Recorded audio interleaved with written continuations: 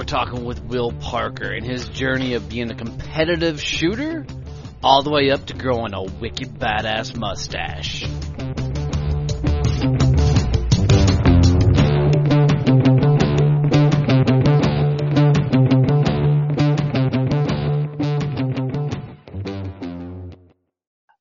All right, guys, so I'm going to bring you Will Parker today. So Will's a retired naval officer. We won't hold the Navy against him too much. But after 25 years in the Navy and the Marine Corps, he was in the Corps too, the owner of Freddie Merck's Gun Works in northwest Montana, Will is a concealed carry specialist who is a perpetual student thirsting for knowledge to be the best teacher he can. Will, tell us a little bit about your journey. Tell us a little bit about your story. How did you get here?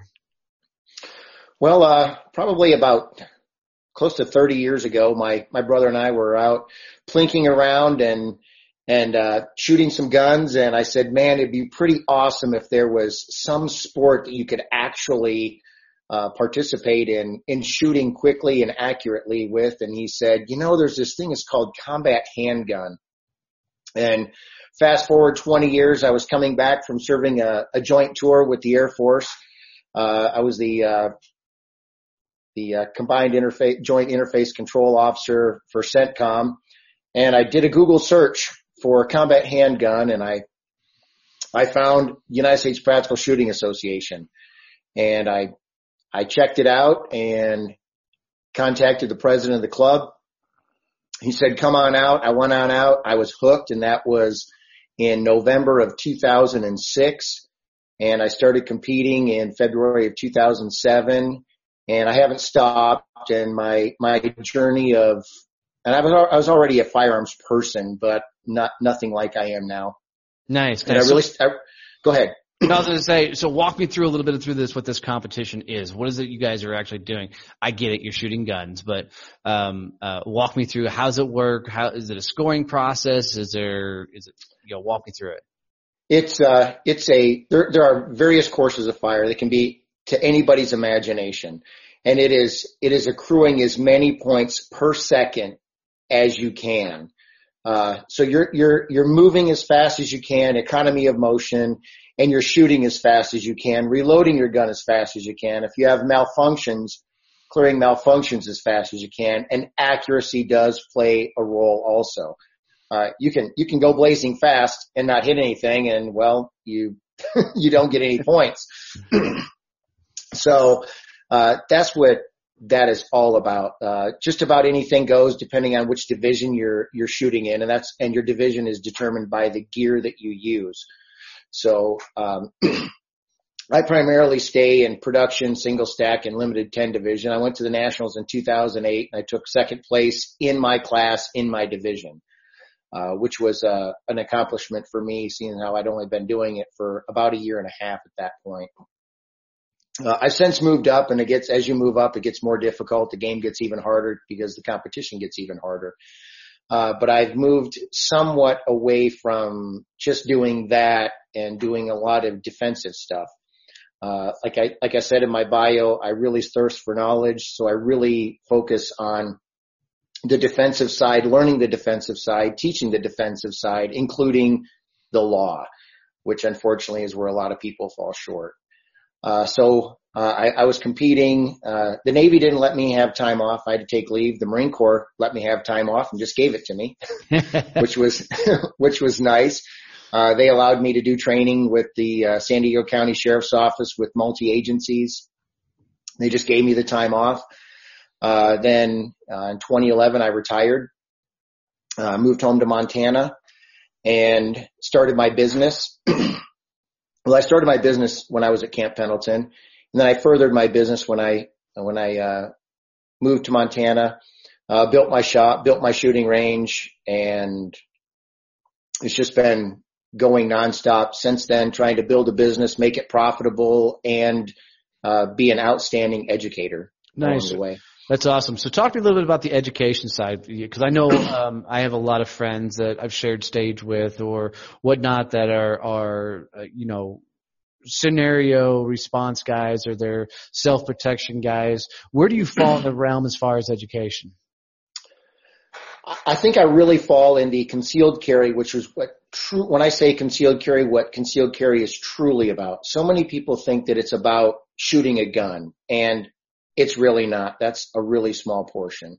And you being a public speaker, understand that you are educating somebody, and just because you're speaking the words doesn't mean they're learning them in a way that they can learn them. 100%. So being an educator, yes, I consider myself an educator, not just an instructor.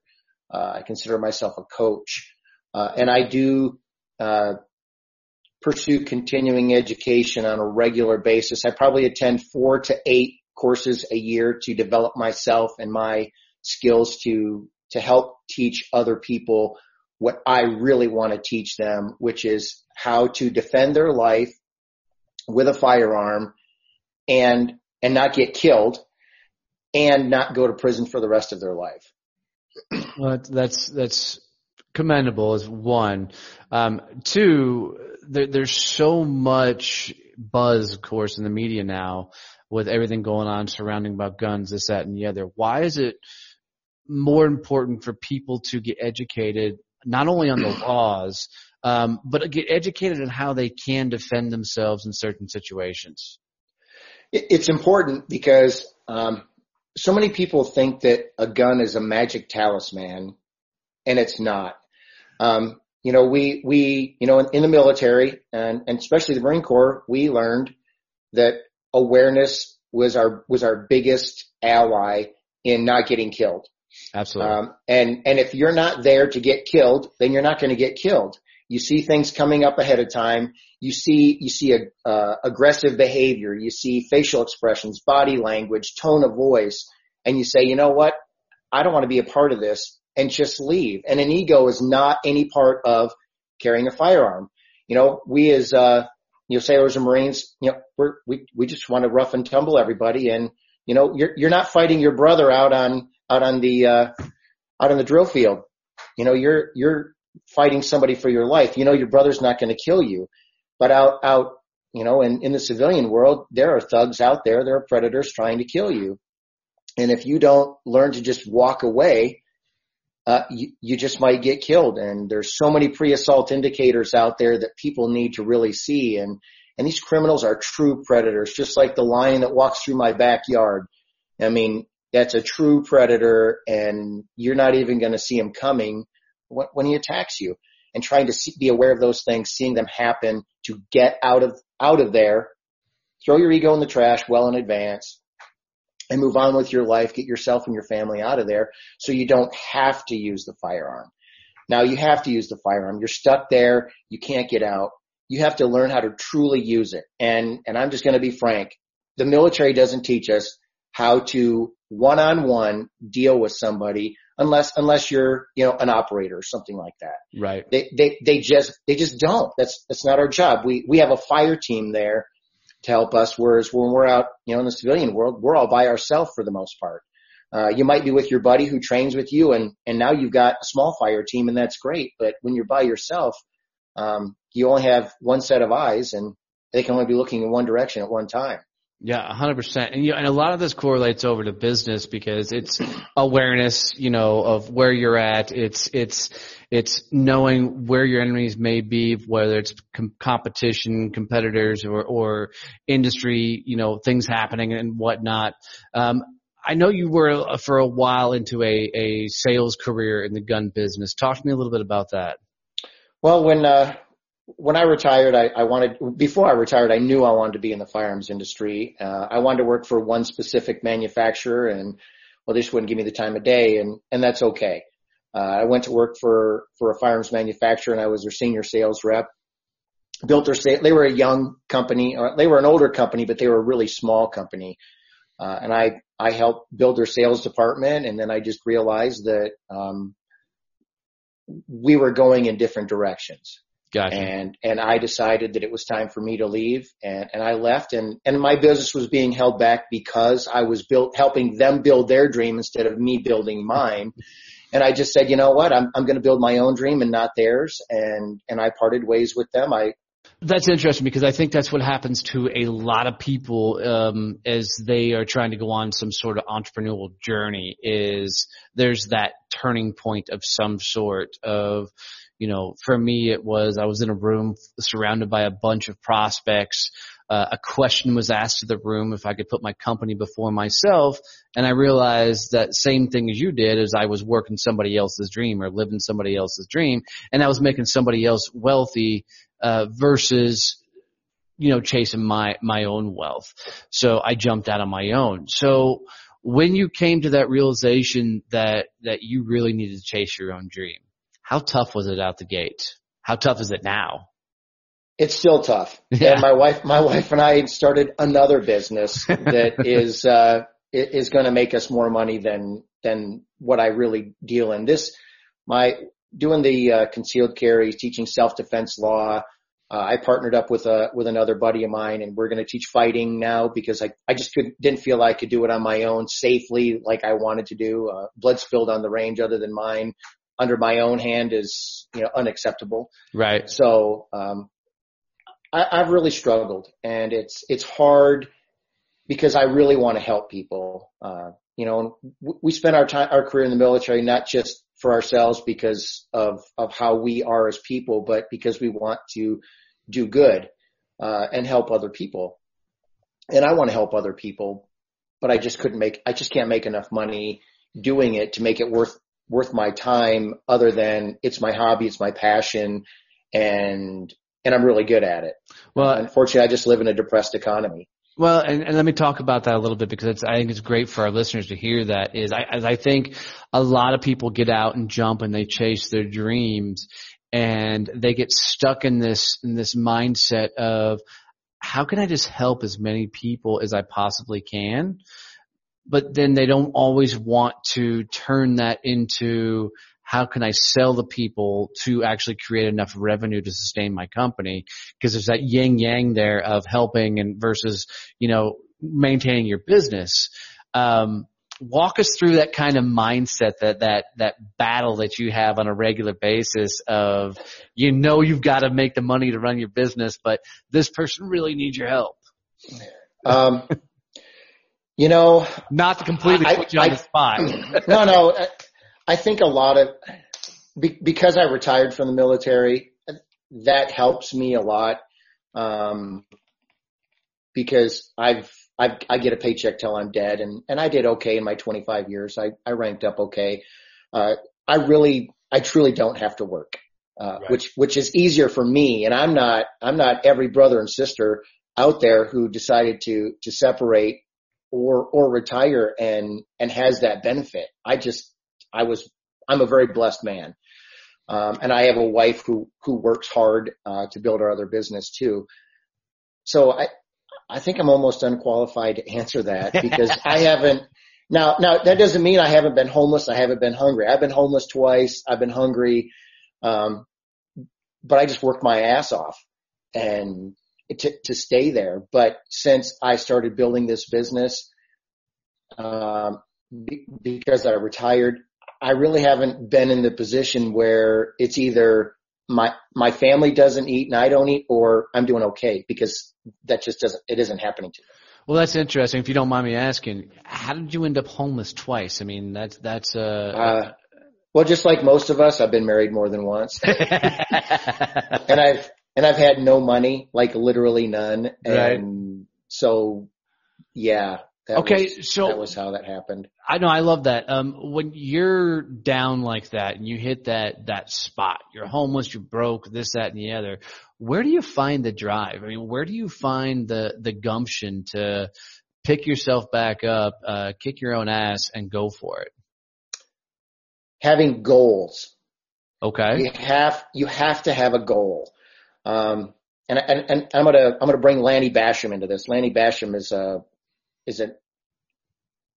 well-known shooter, precision rifle shooter. And when he won the Olympic gold medal, which was his goal, he was the most depressed he'd ever been in his life, because he didn't have another goal. Right. And he had, and I think having goals is where you are, and you have to have more than one.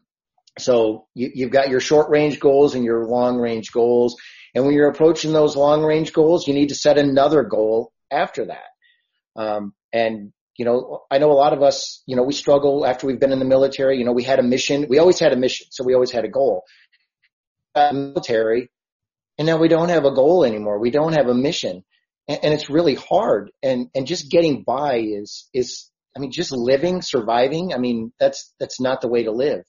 We have to have a goal, and my goal is to make this business successful. And that's awesome. So I have a lot of veterans that are clients, listeners of the show, and whatnot. And a lot of them have transitioned out. Like when I first got out of the Marine Corps, day one stepping in the civilian world, all I wanted to do was remove the military from me. And get away as fast as I possibly could. But I also wanted to sleep for the next 30 days, because you don't get a whole lot of opportunity to do that, right? In that time frame. But I can tell you I was really lost when I first got out of not knowing what my next move was or where I should go or what I should do. Talk to some of these young guys that are coming out. How do you figure out what that goal should be, that vision, that next move? I think they should start before they ever EAS. Okay. That would be the very first thing. Set some goals. Start figuring things out a couple years in advance. I think I figured out what I wanted to do 3 years before I retired. I think it was about 4 years before I retired. I knew what my goal was, and I started setting myself on that path to get there, for that goal.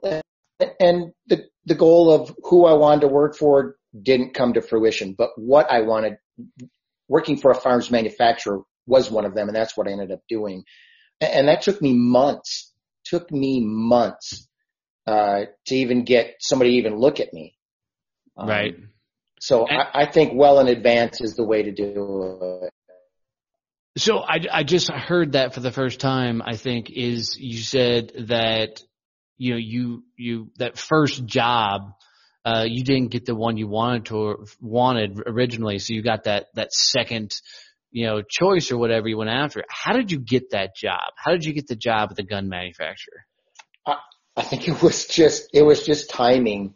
My wife came to me and said, "Hey, there's a post for a job at this company." And I sent in my resume. My phone rang, said, "Come in for an interview." I went in for an interview. An hour later, my phone rang and said, "We're offering you the position." Oh, nice. I guess I interviewed all right. That was the only interview I'd ever had. No one would give me the time of day. When I went to the veterans office in the area for jobs, they said, "You need to tone your resume down because no one's going to hire you." It was too much because, after 25 years in the service, I did a lot of things, and it was just too much for them, and they didn't want me there. And, cause either I would be a short timer or someone was afraid that I'd want to take their job. And, I'd let enough. I didn't need to lead anybody. I'll come in, I'll do my time, and I'll go home. Right. Which is really hard. And frankly, I didn't do that. I worked my ass off the whole time, and that company got, made out big time. But I will say, would you say that the veterans outfit was right? Yes. They were right. Because which is interesting for me, because I usually disagree with a lot of things they recommend. But in this case, I think it's funny that they actually got one right. So 1 out of a million ain't bad. As far as to put that in context, our whole area is about 22,000 people. So it's a very small area, and we're talking a lot of square miles. My county has 90,000 people, and we're 2.5 times the size of the state of Rhode Island. So, and so there's very few jobs. It's a very depressed economy. We're talking when people hire you, you're getting paid $10-12 an hour. That's good money. So to put that into context, it's not like, if you're living in, a large metropolis. I wouldn't say tone your resume down because you're competing against so many people. Whereas me with my resume, I'm competing against a bunch of people, and my resume was stronger than, people running companies, and, they just didn't want that. That's interesting. You see Montana on a map and it's huge. You just don't think about, the lack of density when it comes to population a lot of times. There's a reason they call it big sky country. I mean, geez. So you're living in Montana, you're doing these gun competitions. Do these gun competitions, do they go all across the U.S.? Are they local to just Montana, or? They're worldwide. The pretty much the two disciplines that I shoot are worldwide. They're worldwide organizations. So are you nationally ranked? Is that a thing? For some people, yes. I'm just frankly not that good. Oh, so you suck. No, I don't suck. We're talking people that this is what they literally do for a living. All they do is shoot competitively. They have big sponsors, ammunition, holster companies, firearms manufacturers. They're paying these people right. to do this. That's awesome. So, this new business you and your wife are building, we okay to talk about that a little bit? Sure. So walk us through. You said it's fighting. Is it self-defense? Oh no, the business my wife and I are building is something else. My buddy and I are he's another instructor. He has his own business. Okay. But we're combining forces to teach people how to actually fight with a gun. And the reason I hadn't been doing it on my own is because, I've got, 4 to 10 people out there who are not very good with guns, running around with guns, and we're teaching them how to fight. And, somebody over on their left, next thing you know, they press the trigger and shoot the person in the head. Right. And I just, you're focusing on 1 or 2 people, and then somebody over on the other side of the line does something stupid and shoots somebody or themselves. Okay.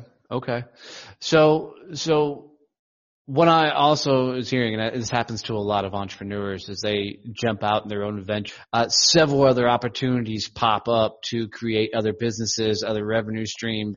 How do you keep yourself from squirreling out and taking on too many new ventures? Well, with the business my wife and I run, she primarily runs it, and I help her when I can, and when opportunity presents itself. Otherwise, I pretty much stay in my lane. And when she helps me with my business, if I'm busy, and she answers the phone. Other than that, we pretty much stay in our lane and help one another as necessary. One of the questions I always ask people is, imagine you woke up tomorrow, and you had to start everything over from zero. What would you change about your journey up to this point? Knowing what I know now? Yeah, 100% knowing what you know now. I would, I'm a religious man now. I would really stay the course with the Lord. That's a big part of my life. Helps me keep my sanity. I wouldn't change a lot. I really wouldn't. I would probably do more goal setting. I would probably do more reading earlier than what I did. Now I constantly read, whether it's online or books. If I'm not teaching, my face is in something learning. What kind of books are you reading? I read books about violence. I read books about education, how to not be a victim of crime, of predators, how to better teach people how to do something. That's really what I do. How to just be instructor, coach, educator, teacher. That's really what I'm doing with my reading. Interesting. Are you keeping most of your speaking there local to Montana, or are you trying to go national with it? No, I stay in Montana. I developed a curriculum for realtors so I travel Montana with that. With my concealed carry, I pretty much don't, because unfortunately there's so many of these folks that they just have this 3-4 hour, raggedy course that they teach people, and people don't know what they don't know. So they go with less time and less money instead of, a little bit more money and a lot more amount of information. To the point that their head hurts at the end of the day if I do it in a one-day class. Yeah, and I think a lot of entrepreneurs struggle with that, of how to deal with competition, other vendors that are offering a lesser service, a lesser thing, a lesser cost. When you're stacked up with that conversation with potential prospects, clients, how do you handle it? I mean, how do you handle that conversation? I just tell them what I have to offer them. I don't disparage any other instructors. I just tell them what I have to offer, and if they want to save time and save money, cause that's usually what people want to do, a couple days, but it's free. If you don't care about the content of what you're learning, then that's fine. Then go to whoever. If you really want to learn, then come to me. The time to learn, the time to figure it out is not when you're standing at an arraignment or sitting at a defendant table on trial for murder is the time to think maybe I should have got a little bit more training. It's too late. Right. 100%.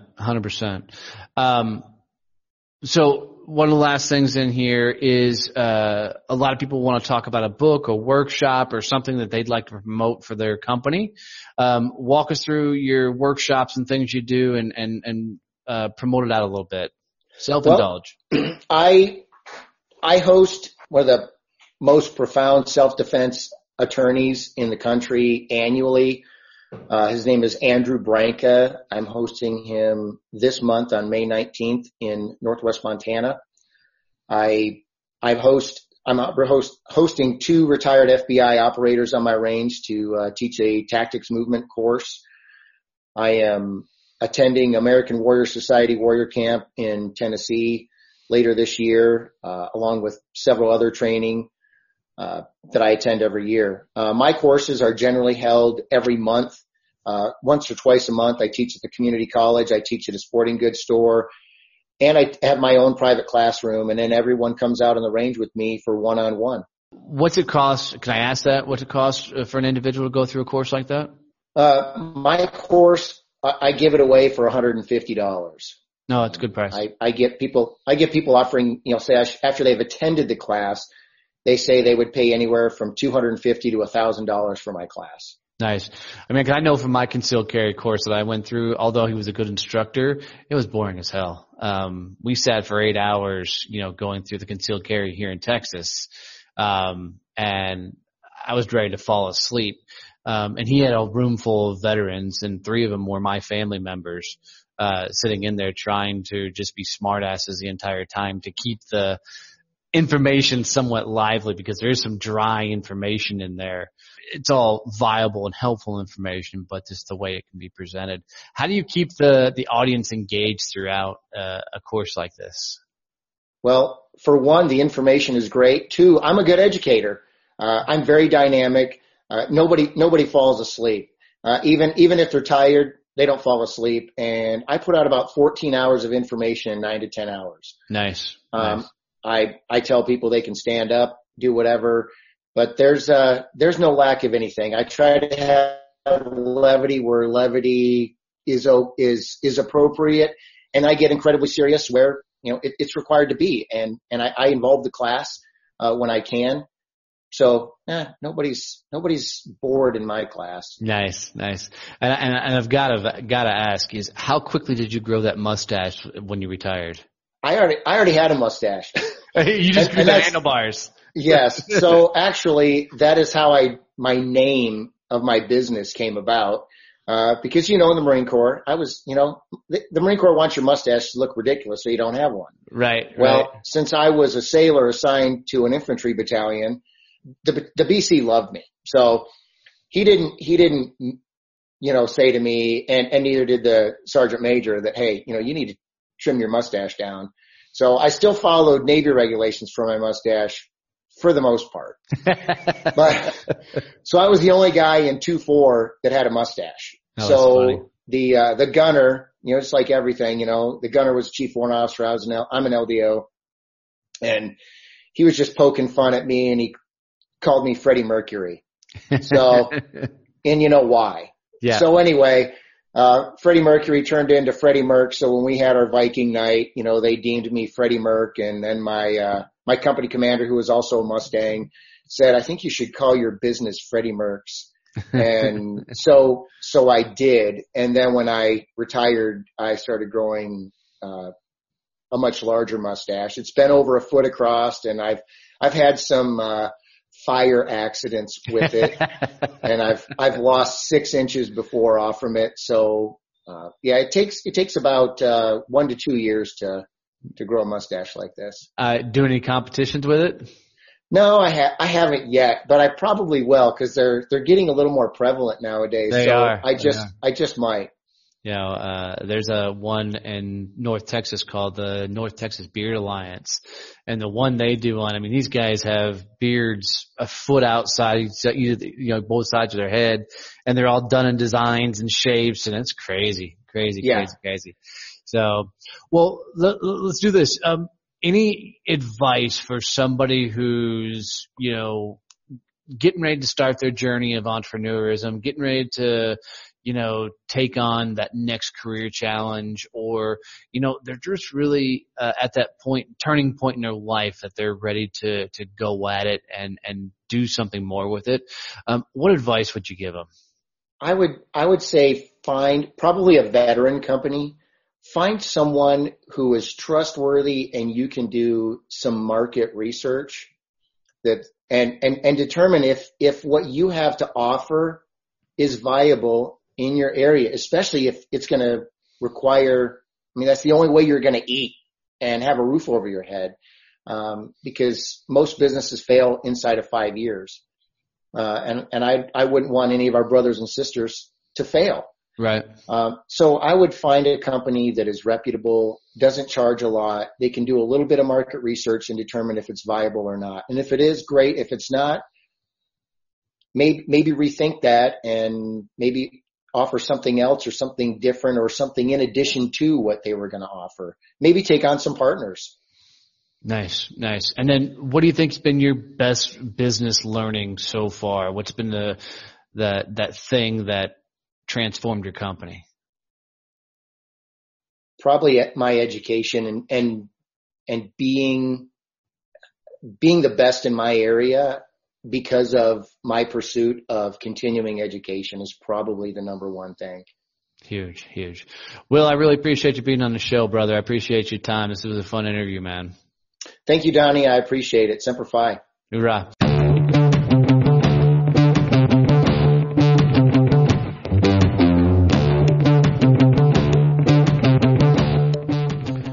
What a great session with Will today. Guys, do me a favor. Please comment, like, and tell me what you thought of this episode and share it out to the world. I really appreciate you.